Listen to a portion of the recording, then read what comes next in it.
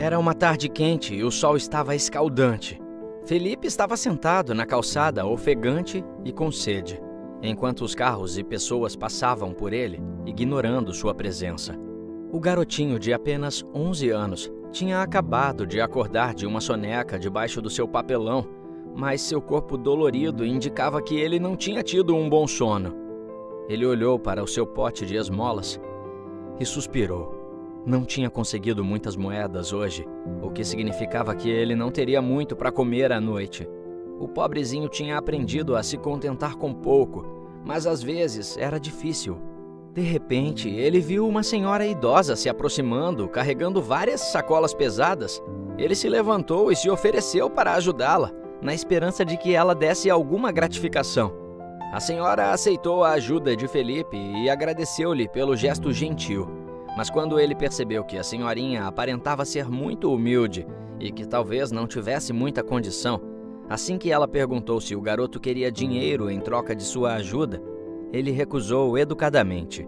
O menino tinha um bom coração e muita empatia pelo próximo, por isso nunca mentia ou abusava da boa vontade das pessoas. Enquanto caminhava de volta para sua calçada, viu uma família sair de um restaurante.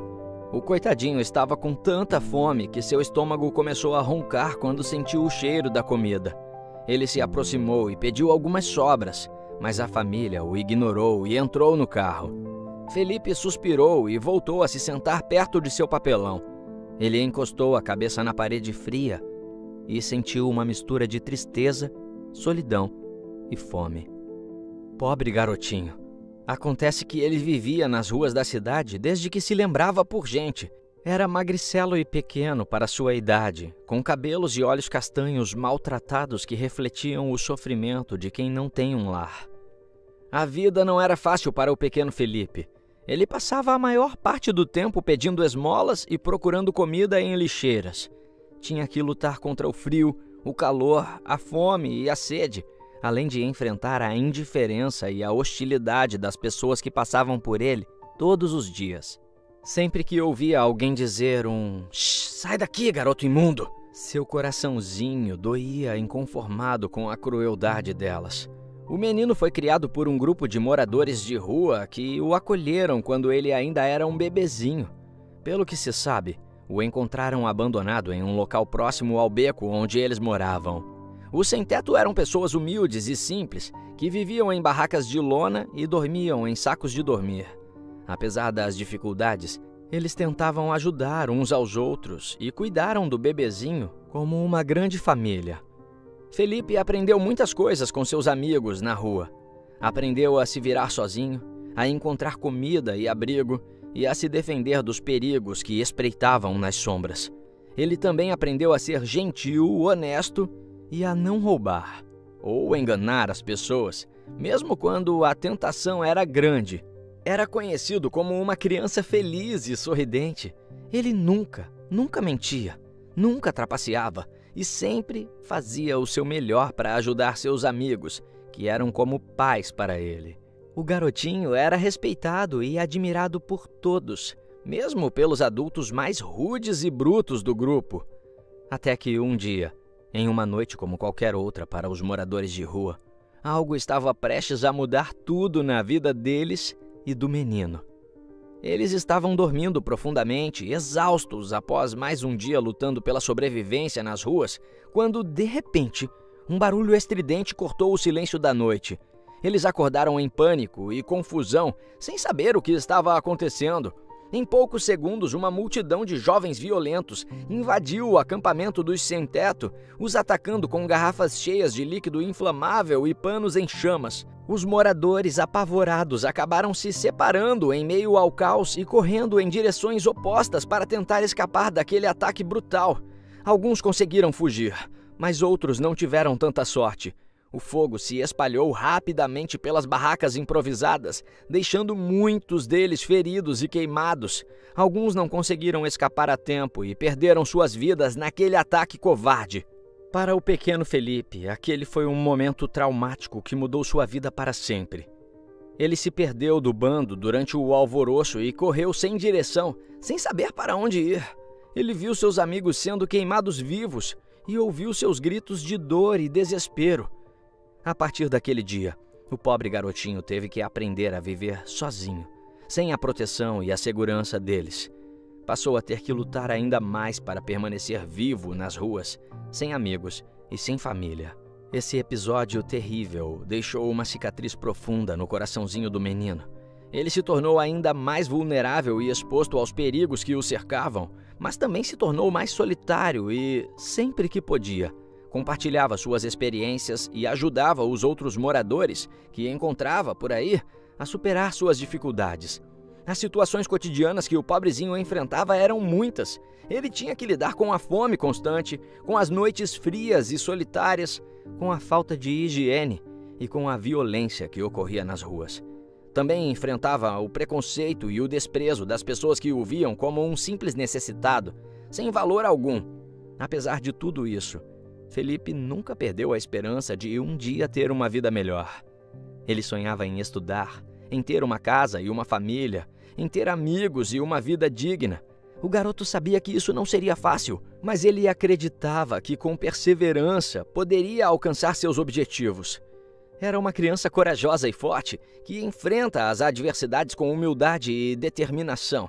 Ele era um exemplo para todos os que conheciam e uma inspiração para os que sonhavam em ter uma vida melhor.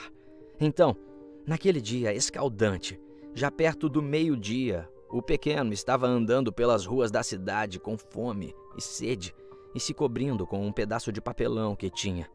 Estava no centro da cidade e haviam muitas pessoas andando apressadas e esbarrando umas nas outras.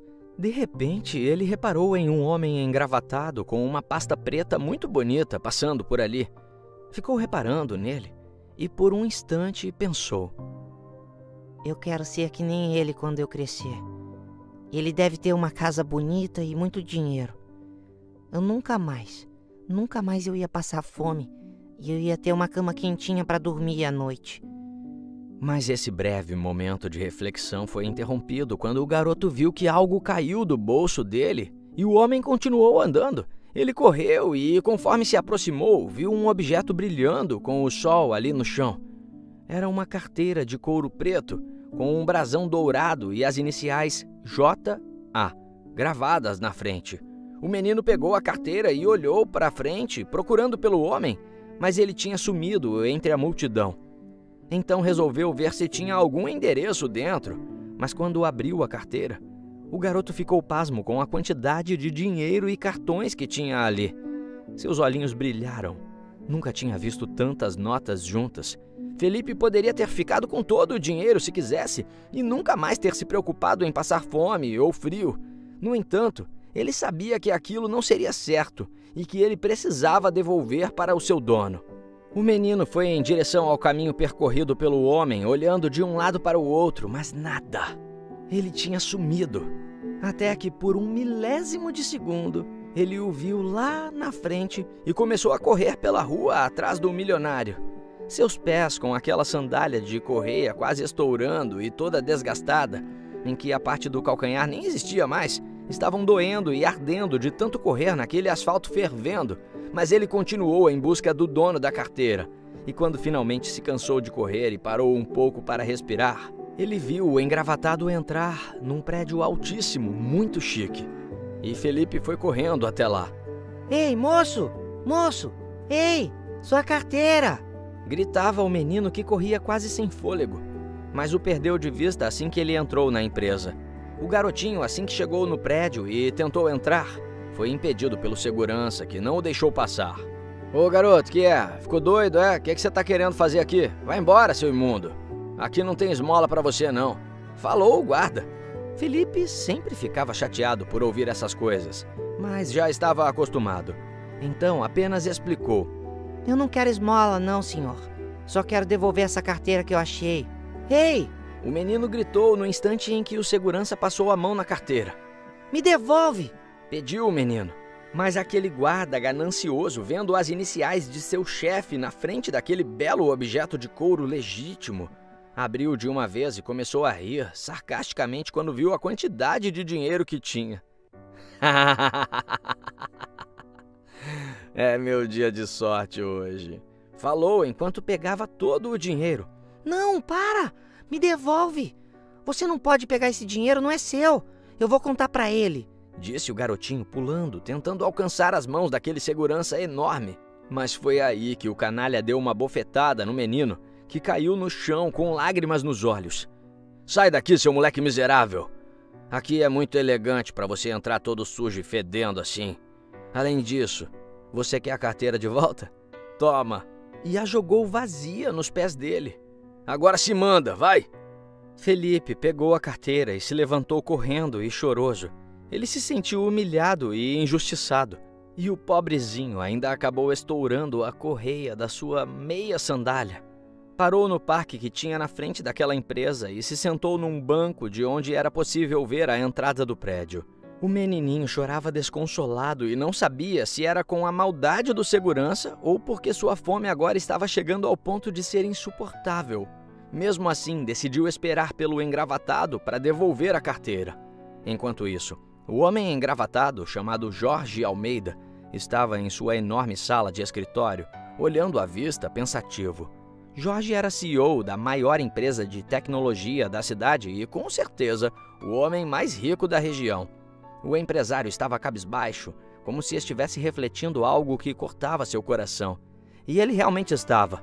Era aniversário de seu filho pequeno, Luiz Henrique, e sempre, nesta data, o homem tentava não transparecer a tristeza que o consumia.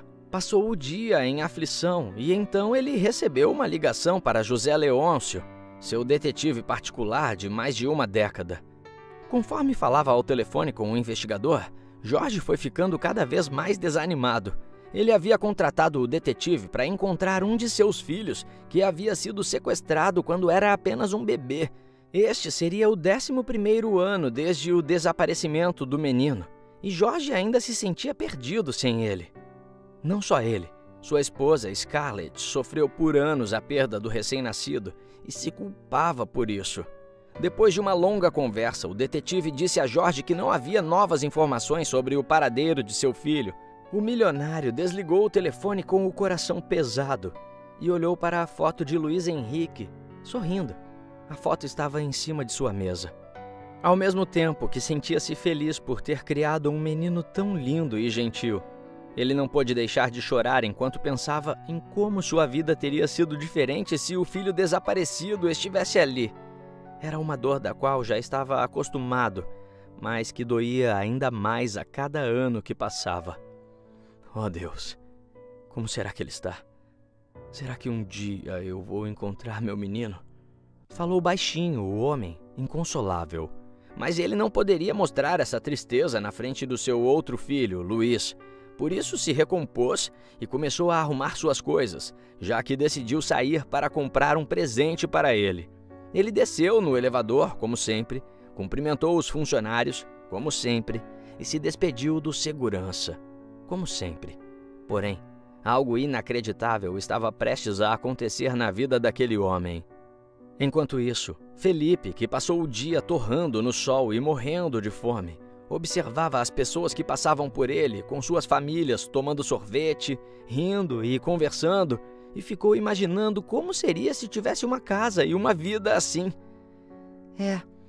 Será que um dia eu vou ter alguém de novo? Pelo menos para conversar? Pensou o garotinho com um sentimento de solidão e tristeza, se lembrando daquele dia horrível em que perdeu as únicas pessoas que já tinha chamado de família. Era tudo o que o menino queria, uma família. Ficou pensativo por um momento, perguntando por que seus pais o abandonaram quando ele era um bebê e por que ele tinha que viver nas ruas, lutando pela sobrevivência todos os dias. Mas então, viu que o homem engravatado tinha acabado de sair do prédio. Ele se levantou do banquinho e saiu correndo atrás dele, gritando: Moço! Ô moço! Moço! Mas aquela cidade era um caos e o empresário não ouviu. Ele acelerou o passo para alcançá-lo e com toda a sua força correu tanto que antes de conseguir chegar até ele, acabou deixando a carteira cair e ela se abriu. E enquanto estava catando todos os papéis que tinham caído dela, percebeu que havia algo estranho ali. Era uma foto. Ele a pegou imediatamente para não sujar e para colocar de volta dentro da carteira. Mas foi aí que o mundo daquele pobre garotinho virou de cabeça para baixo. O quê? O que é isso? O garoto estava completamente confuso. Hã? Como isso é possível? Quem é esse? Ele não sabia como explicar e nem o que pensar. Não pode ser. Esse sou eu? Naquela foto estava ele mesmo, Felipe, só que de um jeito diferente. Ele estava todo arrumadinho e sorridente, tinha os dentes brancos e o cabelo brilhante. Estava mais cheinho e não tão magrelo como agora, como se estivesse saudável. Mas o que é isso? Como é que eu tô aqui? Pensou o menino ficando desesperado. Felipe estava claramente chocado e confuso, sem entender mesmo como uma foto sua poderia estar dentro da carteira de um homem tão rico. Ou pior, como é que ele estava tão arrumado ali? O que estava acontecendo? O garotinho ficou ali parado na rua, segurando a foto em suas mãos, tentando entender o que estava acontecendo. Seu coração começou a bater mais rápido, pensando nas possibilidades infinitas que vinham à sua mente.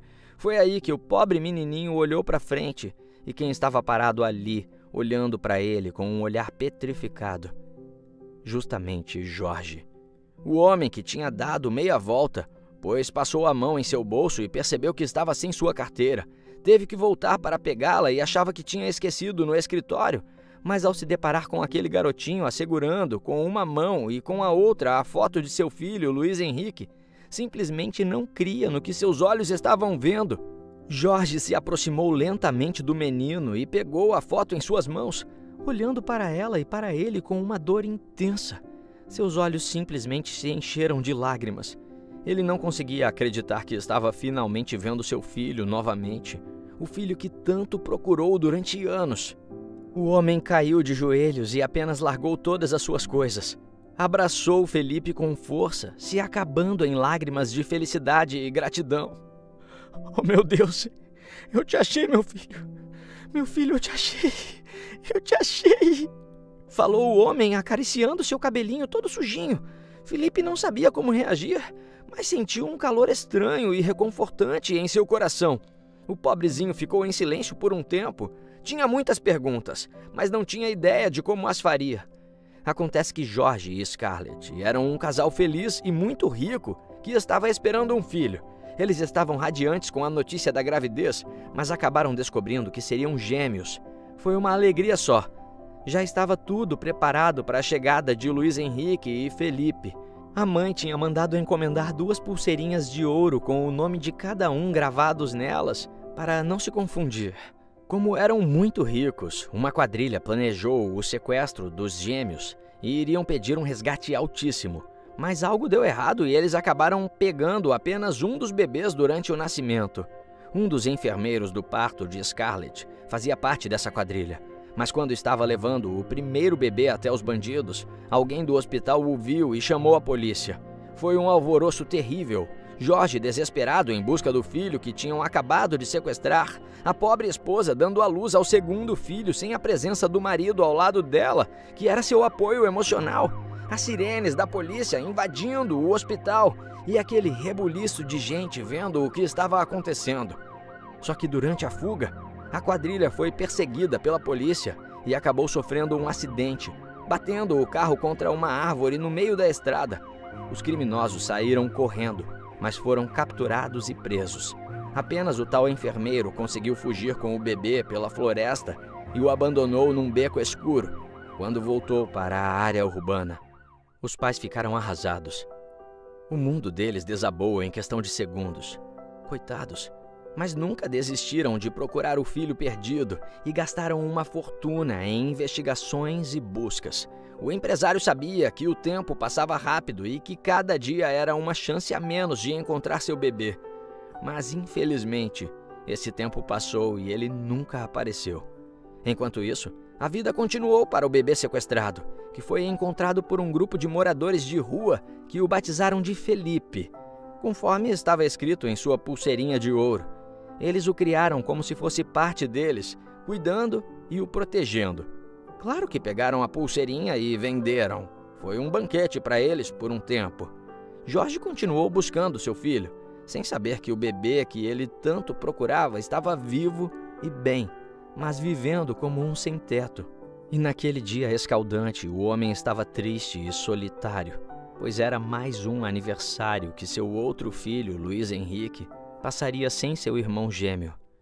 No entanto, agora seu coração estava completo novamente. O milionário olhou para os céus e agradeceu imensamente. Obrigado, Senhor. Obrigado. Meu Deus, muito obrigado. Eu nem acredito. Obrigado, meu Deus. Obrigado. E acariciava seu menino com os olhos cheinhos de lágrimas que escorriam como chuva em seu rosto. Ele explicou tudo ao menino, que chorou de emoção por finalmente ter uma família. O empresário demitiu o segurança que havia roubado o dinheiro e batido em seu filho, e levou Felipe para casa. O reencontro com sua mãe e seu irmão Luiz foi de tirar o fôlego de qualquer um que presenciasse aquela cena emocionante, pois eles o abraçaram, sem se importar com o quão sujo ele estava. Com o tempo, o garotinho se adaptou à sua nova vida na riqueza, mas ficou determinado a ajudar aqueles que ainda viviam nas ruas, assim como ele já viveu. Ele convenceu seu pai a criar uma ONG que ajudava os sem-teto a se reerguerem, fornecendo abrigo, alimento, assistência médica e psicológica, além de oportunidades de emprego e educação. A organização foi um sucesso e ajudou a transformar a vida de muitas pessoas. Com o tempo, o menino também reencontrou seus antigos companheiros de rua e os convidou para participarem da ONG. Juntos, eles trabalharam para ajudar ainda mais pessoas a se levantarem, e a organização se tornou uma referência na cidade. Felipe finalmente tinha encontrado um propósito na vida e estava grato por ter tido a oportunidade de transformar a vida de outras pessoas, assim como a sua própria vida foi transformada. Ele aprendeu que a família pode vir de onde menos se espera e que o amor e a dedicação podem mudar o mundo. Lúcia estava na sala de parto, ofegante e ansiosa, enquanto aguardava a chegada de seu primeiro filho, Miguel. As luzes brancas e frias do hospital iluminavam o ambiente esterilizado, e os médicos e enfermeiros se moviam ao redor com precisão e cuidado. As paredes brancas contrastavam com a dor e a angústia que a garota sentia naquele momento. Suor escorria pela sua testa e os lençóis da cama estavam amassados pelo seu aperto firme. A cada contração, Lúcia se lembrava do dia fatídico em que descobriu a gravidez e da mistura de emoções que tomou conta dela. A incerteza, o medo e a preocupação encheram seu coração naquele momento, mas ao mesmo tempo, uma chama de esperança e amor por aquele pequeno ser que crescia dentro dela a impulsionava a aceitá-lo. As dores do parto eram intensas e a jovem respirava fundo, tentando encontrar forças para continuar. Ela sentia seu corpo sendo testado ao limite, mas sabia que tudo valeria a pena para trazer Miguel ao mundo. Os olhos da moça se encheram de lágrimas ao pensar em tudo o que passou, o caminho que percorreu até ali, enfrentando as adversidades e a lembrança constante daquele dia horrível e trágico em que conheceu Antônio, o pai do bebê. Apesar de todas as dificuldades, ela se sentia grata por esse momento, mesmo tendo em mente as dúvidas que surgiram e os questionamentos que fez a si mesma sobre ficar ou não com o bebê.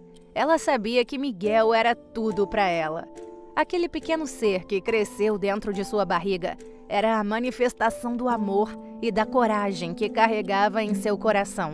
Finalmente, após horas de esforço e dor, o pequenino chegou ao mundo.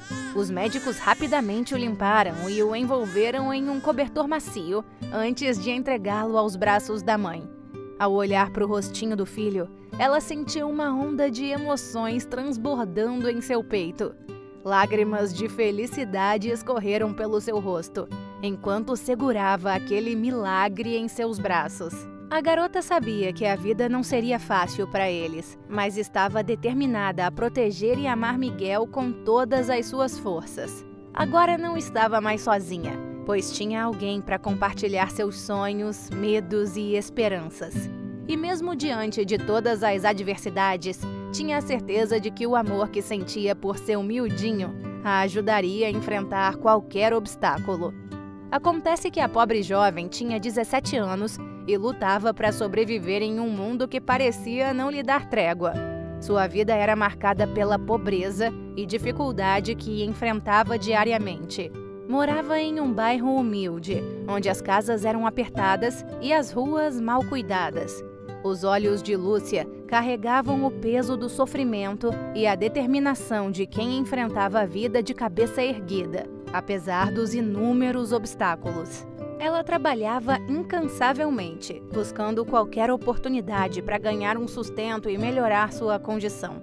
Então, um dia, a moça conseguiu um trabalho temporário como garçonete em uma festa que aconteceria na mansão de um milionário chamado Antônio. Ele era um cara alto, com a pele bronzeada e cabelos castanhos, e era conhecido por sua arrogância e desprezo pelos menos afortunados, acreditando que o mundo girava em torno de si. Sua fortuna provinha de negócios bem-sucedidos no setor imobiliário e de investimentos, que o tornaram uma figura influente e poderosa. Na noite da festa, o ricaço avistou Lúcia e ficou imediatamente atraído por sua beleza. A pele morena e o corpo escultural da jovem lhe chamaram muita atenção, e seu jeito simples destacavam as diferenças do luxo e a superficialidade do ambiente ao seu redor.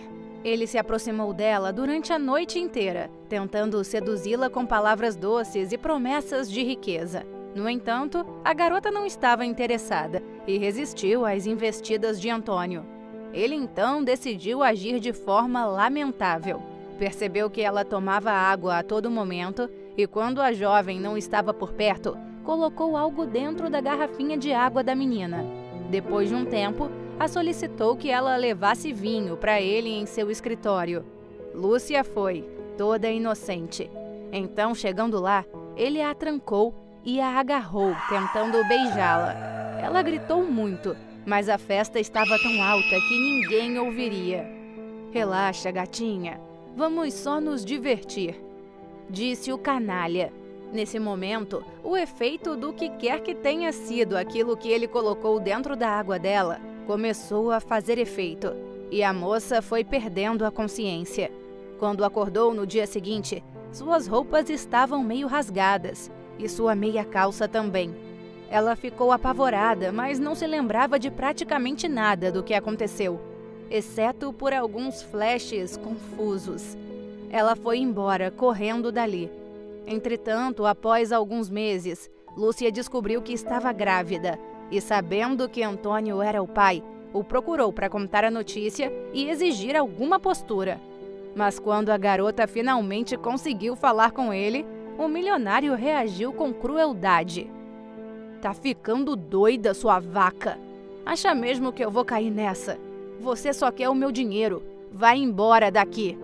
E furioso, a expulsou de sua casa, a empurrando no chão e mandando que ela sumisse da frente dele. A jovem, assustada e desamparada, saiu dali chorando, sem saber o que fazer diante da rejeição e da violência do homem que a havia machucado. Mas ela seguiu com sua vida. 8 anos se passaram e a vida da garota continuava sendo um desafio constante. Agora, com 25 anos, ela trabalhava longas horas em vários empregos mal remunerados, apenas para garantir que Miguel tivesse comida na mesa e um teto sobre sua cabeça. Apesar das circunstâncias difíceis, ela nunca desistiu, e o amor que ela sentia por seu filho a fortalecia a cada dia. O garotinho cresceu sendo o centro do mundo da mãe, e a moça se orgulhava do menino inteligente e amoroso que ele estava se tornando. No entanto, a aparência de Miguel chamava muita atenção. Ele tinha cabelos loiros, pele branca e olhos azuis, contrastando fortemente com a pele negra de Lúcia. E Antônio não tinha tais características. Isso gerava comentários e suspeitas entre aqueles que os conheciam. Durante os últimos 8 anos, a moça conheceu Carlos, um homem gentil e amoroso que a apoiava e a amava, apesar de todos os problemas que enfrentavam juntos. Carlos também se afeiçoou ao menininho, o tratando como seu próprio filho. A vida de Lúcia parecia estar finalmente melhorando com a presença do namorado ao seu lado. No entanto, a paz daquela pequena família seria abalada pela inveja e maldade de alguém bem próximo. Raquel, uma vizinha e antiga amiga da jovem, sempre alimentou rancor por ela. Elas haviam crescido juntas, mas Raquel sempre se sentiu diminuída e ofuscada pela força, determinação e beleza de Lúcia, especialmente depois que ela encontrou a felicidade com Carlos. Como na adolescência, Lúcia sempre se destacava entre os homens. Um rapaz que a amiga namorava tentou ficar com ela, mas a garota deu um fora nele por respeito a Raquel. Só que esse garoto saiu espalhando que ela tinha dado em cima dele e que tinha avançado, mesmo quando ele a recusou. A menina ficou mal falada e perdeu a amizade de Raquel completamente, que acreditou no pilantra. A partir daí, Raquel sempre sentiu muito ódio dela e queria fazer de tudo para que Lúcia se ferrasse na vida. Ela decidiu colocar seu plano em ação e se vingar. Então espalhou rumores pela vizinhança, dizendo que a jovem mãe havia roubado Miguel e que ele não era filho dela, baseando-se na diferença de aparência entre mãe e filho. Depois fez uma denúncia anônima para as autoridades, que decidiram investigar a situação. Lúcia, devastada pelas acusações e desesperada para provar sua inocência, foi obrigada a realizar um exame de DNA para confirmar sua relação com o filhinho. Entretanto, a vida daquela pobre criança, que já era marcada por tantos desafios e dificuldades, estava prestes a enfrentar um pesadelo ainda maior, do qual ela jamais imaginaria. A tensão na sala de espera da clínica era notável enquanto a mãe esperava pelos resultados do exame. Ela não conseguia acreditar que sua vida e a de Miguel estavam em jogo por causa das mentiras venenosas de Raquel. O namorado segurava sua mão, tentando transmitir força e apoio, mas ambos estavam assustados e ansiosos, principalmente por causa dos agentes que estavam lá aguardando com eles. Quando o oficial de justiça chegou com os resultados, a jovem olhou em seus olhos buscando alguma indicação do que estava por vir. O homem, com uma expressão séria e impenetrável, entregou o envelope a Lúcia e se afastou. Ela sabia que não tinha nada a temer, mas mesmo assim, com as mãos trêmulas, abriu o envelope e leu o resultado em voz alta. Negativo. A notícia caiu como uma bomba. A mulher, atônita e incrédula, olhou para Carlos, que estava igualmente chocado. Como assim? Isso não pode ser verdade. Eu sou a mãe do Miguel! Exclamou a moça, com lágrimas nos olhos. O namorado tentou defendê-la, dizendo: deve haver algum erro. A Raquel com certeza interferiu nesse resultado. Não faz sentido. Mas a justiça não esperou por explicações ou argumentos.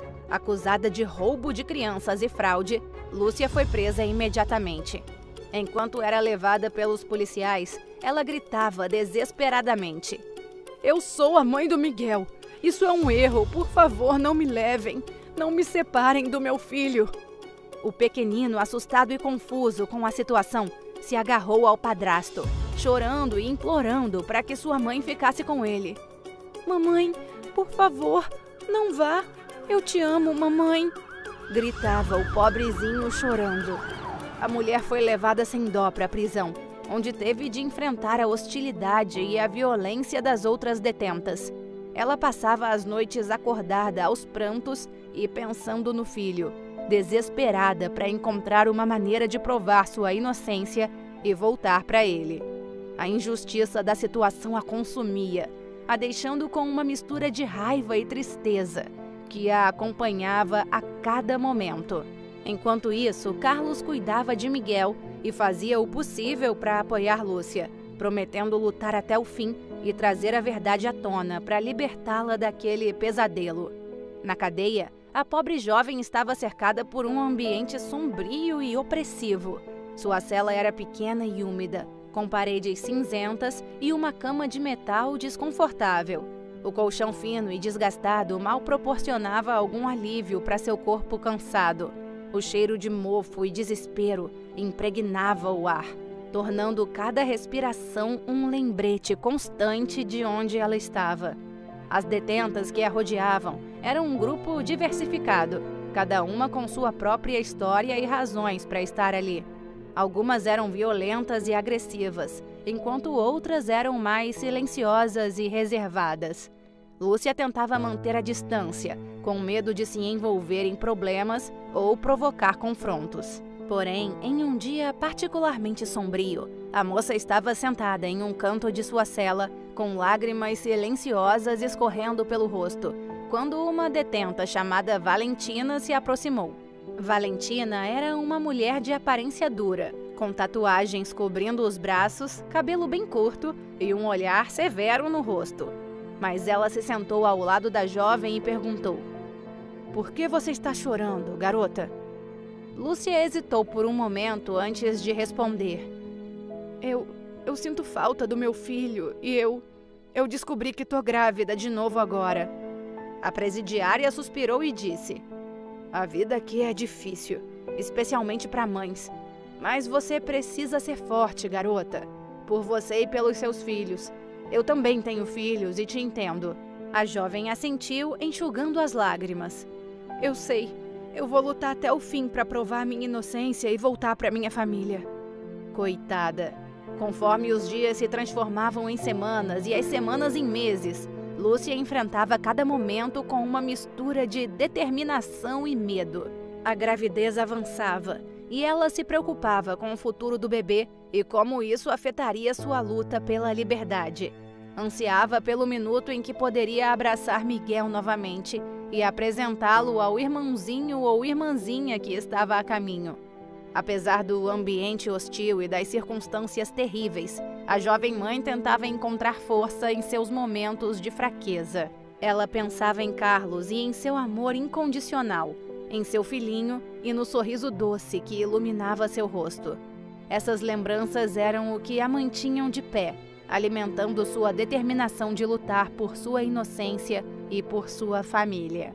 Enquanto enfrentava os desafios da prisão e da gravidez, seu namorado continuava sua busca incansável pela verdade. Juntos, mesmo que separados, eles enfrentavam a tempestade que se abatia sobre suas vidas, na esperança de que a justiça fosse feita e a verdade fosse revelada. Carlos estava determinado a provar que a amada era mãe do pequeno, mas o resultado negativo do teste de DNA o deixou confuso e preocupado. Ele não conseguia entender como aquilo era possível. E realmente achava que talvez Raquel tivesse tido alguma culpa nisso, que alterou os resultados ou subornou a clínica. Ele passava horas pesquisando casos semelhantes, consultando advogados e especialistas em genética, na esperança de encontrar alguma pista que pudesse ajudar a exonerar a moça. Durante uma de suas visitas à prisão, Lúcia compartilhou com o companheiro a notícia de sua gravidez.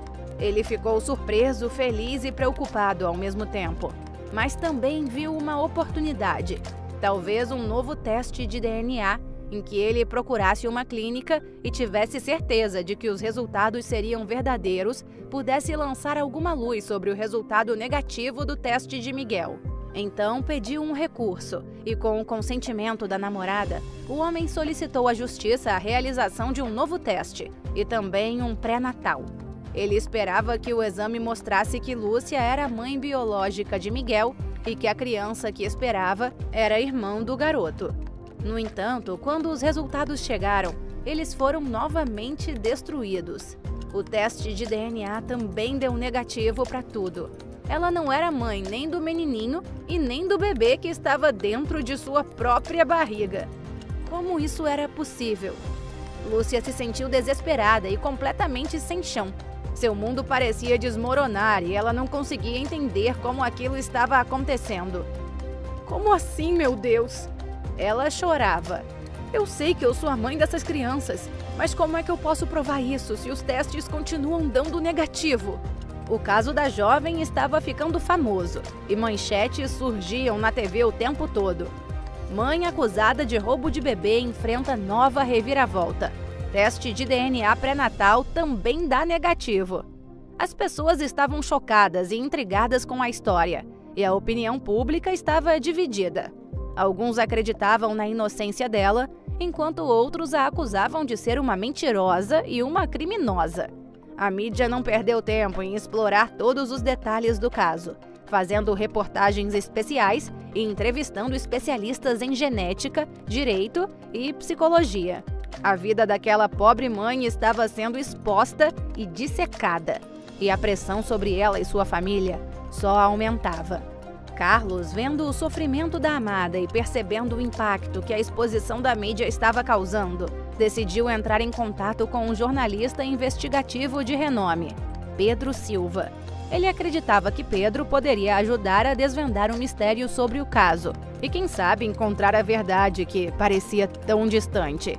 O jornalista, intrigado com a história, aceitou o caso. Começou entrevistando médicos, geneticistas e pessoas envolvidas na vida de Lúcia, tentando juntar as peças do quebra-cabeça. O tempo foi passando e Carlos e o detetive continuavam as buscas sem cessar. Até que, em uma noite, Pedro ligou para o namorado da jovem avisando que encontrou informações sobre uma condição genética rara chamada quimerismo. O quimerismo ocorre quando uma pessoa possui duas linhagens genéticas distintas em seu corpo, geralmente como resultado da fusão de dois embriões no útero. Essa condição poderia explicar os resultados negativos dos testes de DNA de Lúcia, pois as células testadas poderiam não ser representativas de todo o seu perfil genético. Assim, eles solicitaram um novo teste de DNA, dessa vez comparando o material genético de Miguel e do bebê no ventre da mãe. Se ambos os filhos compartilhassem DNA, isso poderia confirmar a teoria do quimerismo e provar a inocência da moça. Será que deu certo? Será que finalmente tudo seria esclarecido? Enquanto aguardavam ansiosamente pelos resultados, a jovem e seu companheiro encontravam esperança na possibilidade de que, finalmente, a verdade viesse à tona e a injustiça que assombrava suas vidas fosse desfeita. Os dias se passaram lentamente enquanto Lúcia, Carlos e o investigador aguardavam os resultados do novo teste de DNA. A tensão era quase insuportável e até as detentas da prisão estavam torcendo por ela. Finalmente chegou o dia em que o envelope com os resultados foi entregue. Que agonia! Com o coração na mão, Lúcia, rodeada de gente que aguardava ansiosamente o desfecho daquela história, abriu o envelope e leu em voz alta: positivo. Aê! Gritavam as prisioneiras, os guardas, a imprensa que estava toda lá ao vivo. Lágrimas de alegria e alívio encheram os olhos de todos ali presentes, enquanto ela e o namorado se abraçavam emocionados. A teoria do quimerismo estava correta, e os dois filhos compartilhavam DNA, provando que Lúcia era realmente a mãe biológica de ambos. Com essa nova evidência, o caso dela foi reaberto, e finalmente a justiça foi feita. A jovem mãe foi libertada da prisão e, após um longo processo legal, recebeu uma indenização gigantesca pelo sofrimento e danos que havia enfrentado. Não satisfeita em apenas limpar seu próprio nome, Lúcia decidiu compartilhar a história do abuso que sofreu por Antônio. A polícia investigou o caso e solicitou um teste de DNA, que confirmou que Miguel era realmente filho dele. E como o milionário havia abusado da jovem quando ela ainda era menor de idade, ele foi preso e condenado por seus crimes. Além disso, a moça recebeu o direito a uma parte significativa de sua riqueza como compensação pelo abandono e sofrimento que enfrentou ao criar Miguel sozinha, fora a pensão que o menino iria receber. Quanto a Raquel, a amiga invejosa e cretina, seu destino também foi selado. A comunidade ficou horrorizada ao descobrir sua traição e manipulação, e ela acabou perdendo amigos, emprego e reputação. Passou algum tempo na cadeia, provando dos horrores que Lúcia passou lá. Com a vida da jovem transformada, ela e Carlos se casaram e juntos criaram um lar amoroso e estável para Miguel e Jonathan, seu segundo filho. A indenização e a herança permitiram que a família levasse uma vida muito confortável, proporcionando às crianças oportunidades que elas jamais imaginaram serem possíveis. Embora os anos de sofrimento e injustiça nunca pudessem ser apagados, a verdade prevaleceu. E Lúcia se tornou um símbolo de força, determinação e resiliência. Sua história inspirou muitas pessoas, e ela sempre dizia que mesmo nos momentos mais sombrios, a esperança e a justiça podiam prevalecer. Abu Aziz, um grande sheik das Arábias, estava muito ansioso com sua viagem para o Brasil. Alguns de seus criados estavam preparando as malas, enquanto outros ajudavam o sheik a se arrumar. Abu estava estudando há um tempo a possibilidade de abrir uma franquia de seus hotéis de luxo em algumas capitais do país. Como sabia que seu filho mais velho, o príncipe Zain Khalil, adorava viajar, chamou o rapaz para acompanhá-lo. O jovem tinha muita vontade de conhecer o Brasil, em especial o Rio de Janeiro, pois admirava o Cristo Redentor e sempre quis visitá-lo. Além disso, Zain, com apenas 22 anos, era fluente em várias línguas, incluindo o português, e poderia ajudar seu pai a se comunicar, já que o sheik falava apenas inglês e sua língua materna, o árabe. O rapaz decidiu levar seu amado companheiro, Amin, um cachorro da raça Shih Tzu, com a pelagem toda preta e que era seu leal amigo. Deu esse nome ao cãozinho justamente por significar fiel. Os dois não se desgrudavam desde o dia em que o ganhou de presente de seu pai na infância. O cachorro vinha de uma longa linhagem de Shih Tzus pretos que eram especialmente criados para a realeza árabe. Amin era tataraneto de um cãozinho que o sheik Abu Aziz teve quando novo. Quando chegou o momento da viagem, pai e filho partiram animados. Enquanto isso, aqui no Brasil, Liz, uma estudante de veterinária muito inteligente e estudiosa, a ponto de nunca sair para se divertir, estava em seu apartamento. E Esther, uma amiga da faculdade, tentava convencê-la de saírem juntas para uma balada. "Vamos, amiga, você não vai morrer se sair só uma vez. Sabe do que você precisa? Pegar uns caras. Poxa, você tem 18 anos e nunca beijou ninguém na vida. Anda, bora sair." Mas Liz era muito tímida e não sabia paquerar, além de que não via a vida dessa forma. Esther falou que a jovem precisava curtir mais a vida e parar de achar que um dia um príncipe encantado iria aparecer em um cavalo branco, pois não era assim que as coisas funcionavam. Entretanto, era exatamente isso que Liz queria. Um príncipe, um cara que fosse doce e gentil e que não tivesse a mentalidade de pegador. A jovem tinha o sonho de se casar com alguém que a amasse muito, mas nenhum cara que conheceu estava dentro desses parâmetros. Todos queriam apenas curtição. A moça não aceitou ir à balada, então as duas decidiram sair para tomar um açaí no dia seguinte para que Esther relaxasse um pouco depois da ressaca dessa noite. No outro dia, Liz acordou até animada para sair. Estava um lindo dia ensolarado e de muito calor, e a jovem se arrumou para encontrar com a amiga. Liz era muito bonita e chamava muita atenção, apesar de que não percebia isso. Era uma morena bronzeada que chegava a ficar dourada quando o sol batia em sua pele.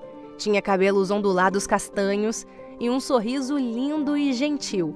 Colocou um vestido tomara que caia bem fresquinho e saiu. A loja de açaí ficava na avenida na frente da praia. As amigas se sentaram e ficaram conversando e apreciando a vista do mar. Foi quando ouviram várias pessoas falando e uma aglomeração se formando. "Vamos lá ver, amiga", disse Esther, puxando a jovem. As duas foram ver o que era e viram um carro preto muito luxuoso passando pela avenida. As pessoas não sabiam exatamente quem era dentro do carro, mas achavam que devia ser alguém famoso, e por isso estavam gritando e dando boas-vindas. De dentro do carro, o sheik Abu e o príncipe Zain estavam animados por terem chegado ao Brasil e encantados com a vista do mar e com as pessoas andando pela rua. Ficaram felizes pela recepção calorosa dos brasileiros. Quando o carro passou na frente das amigas, Zain acabou vendo Liz e ficou admirado com o quanto aquela garota era bonita. A jovem não o viu, pois o carro tinha blindex e os vidros eram todos muito escuros. Depois que o carro passou, as duas voltaram a se sentar e se perguntaram quem devia ser. A realeza chegou no hotel. Era o hotel mais chique do Rio e a cobertura era luxuosa, com uma parede de vidro com vista para o Cristo Redentor e o mar. Pai e filho resolveram descansar da viagem. Mais tarde, o príncipe, que estava doido para conhecer tudo, perguntou ao pai se ele queria sair, mas o sheik recusou. Disse que estava muito cansado e que não era mais tão jovem quanto parecia. O rapaz riu e falou que sairia então para dar uma volta com seu cachorro Amin pela cidade. Zayn tirou suas roupas de príncipe e colocou uma bermuda e camiseta para parecer bem brasileiro. Tinha encomendado as vestimentas quando fizeram a reserva no hotel, e assim que chegaram, as pegou na recepção. Não queria que todos os olhares voltassem para ele na rua, e se vendo no espelho, se sentiu meio engraçado por não estar com a manta, mas estava animado. Saiu pela rua com seu cachorrinho e estava encantado com a beleza do lugar. As pessoas que passavam por ele o cumprimentavam com um boa tarde, e o rapaz não acreditava o quanto os brasileiros eram receptivos. Foi andando pelo calçadão de Copacabana e estava muito feliz em finalmente conhecer o Brasil. Até que foi surpreendido por um arrastão e todas as pessoas começaram a correr. Ele não tinha entendido muito o que estava acontecendo, mas com as pessoas apavoradas, ele resolveu correr também. Pegou seu cãozinho no colo, mas alguém esbarrou tão forte no príncipe que o cachorrinho acabou pulando no chão e saiu fugindo, com medo da multidão. "Amin!" gritou o jovem desesperado, perdendo de vista seu amigo. Enquanto isso, Liz e Esther estavam andando pelo calçadão a algumas quadras à frente e viram o arrastão. Atravessaram a rua se afastando, e foi quando viram um cachorrinho preto correndo sem rumo. O cachorro passou rapidamente por entre as pernas de Liz, e a jovem o chamou gentilmente. O cãozinho foi até ela. "Que foi, neném? Tá perdido? Tá com o coraçãozinho todo acelerado. Você correu muito, foi?"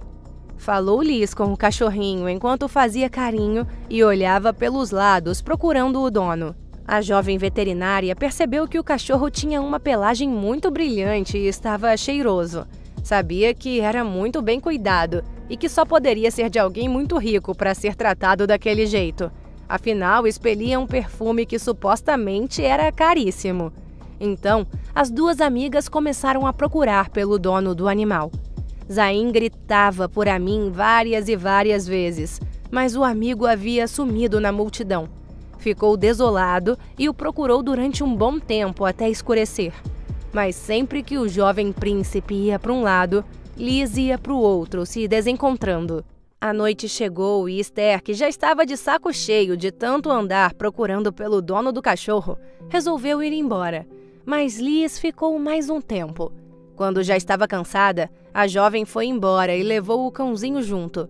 Pretendia continuar a busca no dia seguinte.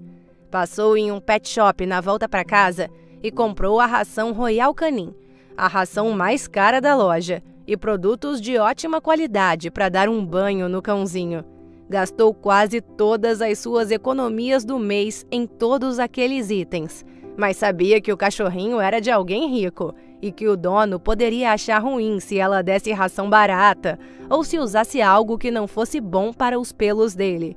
Chegando em casa, tratou o cãozinho com muito amor e até deu um nome temporário a ele. "Vou te chamar de Fluffy por enquanto, porque você é muito fofinho." Brincou com ele, deu um banho quentinho para o bichinho se acalmar e depois foram dormir.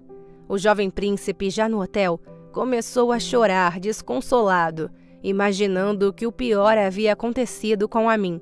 Mal conseguia comer e não dormiu à noite. De manhã, estava bem cansado e nem tomou seu café. Já foi logo saindo para procurar pelo amigo. Liz também saiu novamente pela praia e ficou o dia todo em busca do dono de Fluffy. Até mandou mensagem para a amiga acompanhá-la, mas Esther disse que era perda de tempo e não ia gastar um minuto do seu dia procurando alguém que nunca iria aparecer. Liz não se importou e continuou a busca. Sabia que a pessoa deveria estar triste pela perda do cãozinho. Zayn e Liz estavam sempre na mesma região, porém em lados opostos. Nunca andavam para o mesmo lado, então não se encontravam. Ao final do dia, os dois muito cansados foram embora. Zayn estava exausto e acabou adormecendo enquanto chorava. Liz, por outro lado, estava cada vez mais apegada ao cãozinho. Os dois brincavam e ela estava encantada com a fofura do bichinho. Como morava sozinha, se sentia muito só às vezes, e nesse momento estava muito alegre por ter um companheirinho. E assim foi por quase 3 dias. O príncipe saía para procurar seu amigo e Liz também, mas sempre se desencontravam. Então o sheik, vendo o sofrimento do filho, pediu para que postasse na internet oferecendo um resgate de R$1 milhão. Abu também gostava muito do cãozinho, já que era da linhagem de seus cachorros reais. O jovem fez a postagem e o hotel tratou de anunciar nas mídias também. Sem perder tempo, vários interesseiros começaram a aparecer no hotel, levando diversos cachorros da raça Shih Tzu até o príncipe. Tentaram de todas as formas dar um golpe. Mas esse aqui é o seu cachorro, Alteza, não está vendo? Porém, o príncipe conhecia seu amiguinho muito bem. Amin tinha uma marquinha de nascença esbranquiçada na patinha esquerda. Então o rapaz sabia quando estavam mentindo para ele. Enquanto isso, Liz saía todos os dias à procura do dono de Fluffy, mas tinha cada vez menos esperanças de encontrá-lo. Já haviam se passado 5 dias e a moça até pensou em ficar com o cãozinho. Até que sua amiga Esther, que era bastante antenada, viu o anúncio e foi correndo até o apartamento da estudante de veterinária dar a boa notícia. Amiga, estamos ricas, amiga! Como assim, Esther? Perguntou a jovem, sem entender nada. Você não tá sabendo? Esse cachorro que a gente encontrou é de um príncipe árabe que tá num hotel aqui no Rio e tá oferecendo R$1 milhão para quem devolver o cachorro. Estamos ricas! Mas Liz tinha seus princípios e não queria aceitar a recompensa. Achava que não era mais que a obrigação devolver o cãozinho. Você ficou louca, Liz? Eu também achei o cachorro e quero dinheiro. Pensa em quanta coisa dá para fazer. Nós vamos dividir igualmente, já que achamos juntas. Resmungou Esther. Mas quem passou os últimos 4 dias andando no sol quente até de noite procurando o dono dele fui eu. Eu te mandei mensagem e você não quis aparecer. Então sou eu que decido. E minha decisão é não aceitar o dinheiro, porque não seria justo. Só demos a sorte de achar ele, mas temos a obrigação de devolvê-lo sem pedir nada em troca. Respondeu a jovem. Mas nesse momento a amiga foi para cima de Liz e queria a todo custo pegar o cãozinho. Começaram a brigar até que Esther esbarrou em um copo e o deixou cair, assustando as duas. Foi aí que se olharam com raiva e Esther falou: Você é uma cretina, só pensa em você e nessa sua pose de boa moça. Sabe da real? Eu nunca gostei de você como amiga, eu só tinha pena. Vai se ferrar também. E saiu do apartamento da jovem bufando e batendo a porta com força. Então Liz acalmou o cãozinho que estava bem assustado. Deu mais um pouco da ração para ele e saiu para levá-lo ao hotel onde estava seu dono. Você vai encontrar seu papai de novo, Fluffy, disse a garota, levando o cachorrinho no colo. Ela o apertava e o cheirava e dizia que iria sentir falta dele, chegando até a se emocionar. Seu coração estava triste, pois tinha se apegado muito ao bichinho e não queria devolvê-lo, mesmo sabendo que era o certo. Então chegou ao hotel e pediu à recepcionista para que chamasse o príncipe. Ligaram para o quarto do sheik e Zain atendeu. Alteza, trouxeram mais um. Mas o jovem já estava cansado de tantos golpistas e nem queria mais recebê-los. Entretanto, seu pai insistiu para que fosse ver, pois poderia ser o Amin dessa vez. Mesmo sem esperanças, o rapaz resolveu ir. Entrou desanimado no elevador e quando chegou na recepção cabisbaixo, foi surpreendido pelo latido de Amin, que reconheceu o dono. Amin! Gritou o príncipe, abaixando e estendendo as mãos para o cãozinho. Seu amiguinho pulou do colo de Liz e saiu correndo em direção ao jovem. O rapaz começou a ficar emocionado e era lambido pelo cachorro. Então Liz, vendo aquela cena, se emocionou e foi saindo. Mas antes de chegar na porta, Zain gritou: Espere! E foi até ela. Quando se aproximou da jovem, percebeu que ela era aquela garota que havia visto no primeiro dia e acabou soltando um sorriso. Liz não estava esperando por aquilo e ficou meio sem reação, perdida naquele sorriso lindo que ele tinha. Achou Zayn muito bonito e o ficou admirando por um momento. O príncipe era alto, musculoso, era um moreno árabe lindo de barba e sobrancelhas bem cheias e escuras. Logo se recompôs e disse: "Que bom que o Fluffy agora está em casa." "Fluffy?" riu o rapaz. "Ah, me desculpe. Eu acabei colocando um nome provisório nele. Era estranho chamar ele de cãozinho o tempo todo." Respondeu a garota meio sem jeito. "Eu gostei, mas o nome dele é Amin. Significa leal, fiel." Falou o príncipe sorrindo. Liz sorriu e deu um leve riso. Disse que era um nome muito fofo. "Eu também estou impressionado. Ele tá igualzinho como no dia em que fugiu. Achei que ele voltaria todo sujo." Completou Zayn. Então a garota contou sobre os cuidados que teve com o bichinho. O príncipe ficou admirado pela jovem não ter poupado despesas para cuidar de seu cãozinho. Então Zayn agradeceu e se apresentou. "Eu sou Zayn Khalil, a propósito, príncipe de Bahrein." "Liz Sanches, mas pode me chamar só de Liz. Eu sou daqui mesmo." A garota ficou toda sem graça e vermelha, e ao finalmente perceber que estava falando com uma realeza, tentou se consertar. "Ah, me desculpe, Alteza." Mas Zayn começou a rir e pediu que fosse menos formal com ele. Falou que preferia que ela o chamasse apenas pelo nome. Então a jovem ficou menos constrangida um pouco e disse que ele poderia chamá-la apenas de Liz também. Enquanto isso, o sheik que estava descendo até a recepção viu os dois conversando e se aproximou. O príncipe apresentou seu pai Abu e Liz o cumprimentou. "Alteza?" "Então, Liz, você pode passar os seus dados bancários para que eu possa realizar a transferência para você?" perguntou o rapaz. "Não, majestade, quer dizer, Zayn, eu não vim pela recompensa. Eu só queria devolver o Fluffy, ou melhor, o Amin para o verdadeiro dono", respondeu a garota. O sheik, sem entender nada, pois não falava português, percebeu que a garota estava fazendo movimentos de não com as mãos e perguntou o que ela estava falando. E quando o príncipe explicou ao seu pai sobre o gesto lindo que a jovem tinha feito de não aceitar o dinheiro, Abu olhou para ela e, em inglês, a convidou para jantar com eles, pois estava muito orgulhoso da jovem. Liz, que também falava inglês, respondeu o rei dizendo que estava lisonjeada, mas que não poderia aceitar, deixando os dois surpresos. "Então você fala inglês?" perguntou o rapaz. "Sim, eu sempre tive vontade de aprender, então estudei sozinha. Não sou fluente, mas sei bastante coisa", respondeu Liz, deixando Zayn ainda mais sorridente. Então o jovem príncipe reforçou o convite, dizendo que seria uma honra, e insistiu para que ela viesse ao jantar. Liz ficou um pouco sem jeito, mas acabou aceitando. O rapaz pegou seu telefone e endereço e disse que a buscaria. Então todos se despediram e foram embora. Zayn estava feliz novamente com seu amiguinho em seus braços e ansioso para encontrar a garota à noite. Chegando na cobertura, Abu chamou seu filho e disse em árabe: "Filho, eu percebi como olha para aquela moça. É o mesmo olhar que eu tinha quando vi sua mãe pela primeira vez. Fiquei completamente apaixonado. E isso é algo raro. Ela parece ser uma garota direita e honesta. Gostei dela. Então, se quiser tentar algo a mais, você tem meu apoio."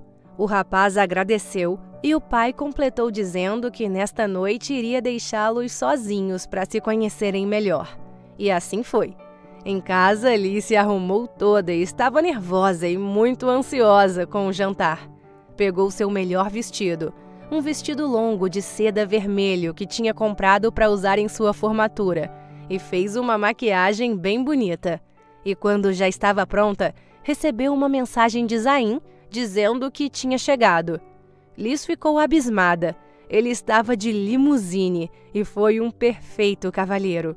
O príncipe ficou encantado com a beleza da garota e disse meio sem jeito que ela estava linda, o que deixou a jovem feliz, mas acanhada. Tiveram uma noite mágica, mais perfeita do que Liz podia imaginar. E durante todo o tempo em que Zayn esteve no Brasil, os dois se encontraram todos os dias. Foram ao Cristo Redentor, voaram de asa delta, passearam e se divertiram bastante. Foram se aproximando e se apaixonaram perdidamente. Os dois se beijaram pela primeira vez na cobertura do hotel, com aquela vista linda do pôr do sol, como num conto de fadas. E mesmo depois que o sheik e o rapaz voltaram para Bahrein, os pombinhos continuaram namorando à distância. O príncipe vinha visitá-la sempre que podia enquanto ela ainda estava na faculdade. Ninguém acreditava que a jovem tinha conseguido seu tão sonhado príncipe encantado. Quando se formou, Liz e Zayn se casaram e ela virou uma princesa de verdade. E assim a espera da jovem por seu príncipe num cavalo branco foi recompensada, mostrando que nada é impossível para aqueles que se permitem sonhar. E se você gostou dessa história aqui, com certeza o próximo vídeo que está aparecendo aqui na sua tela também vai te emocionar. Não esquece de deixar o seu like aqui nesse vídeo, se inscrever no canal e ativar o sininho das notificações para não perder nenhum dos nossos próximos vídeos. Um beijo e até a nossa próxima história!